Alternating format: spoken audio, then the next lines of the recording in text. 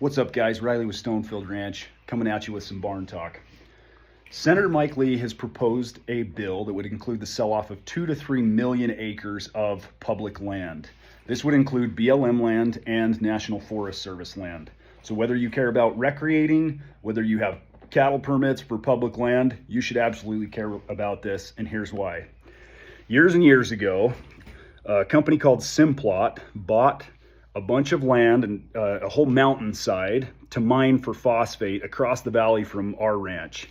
It's called the Smoky Canyon Mine. You can go see it today.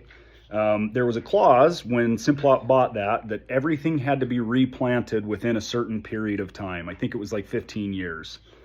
Well, unfortunately, because their mining practices raped the soil and they tried replanting all the pine trees, but there was no nutrients left in the soil, and that hillside to this day is barren, and that was in the mid-90s.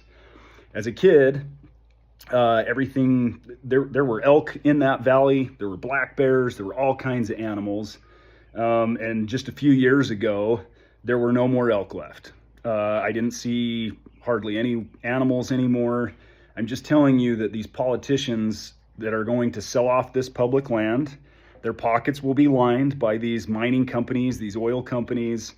They will rape the land and it will not be restored. So if you care about hunting, if you have public grazing permits, if you just like recreating, if you live in the city and you just care about preserving what is so unique to the Western states, you should absolutely contact your local senator and fight against this bill. This is really stupid shit.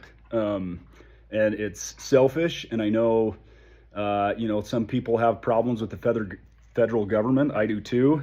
But the public lands are one of the few branches of the federal government that are actually worth a damn. So, anywho, sorry to rant. That's Barn Talk. Riley out. Please call your senators and make sure this thing does not go through. It would be a travesty. Adios.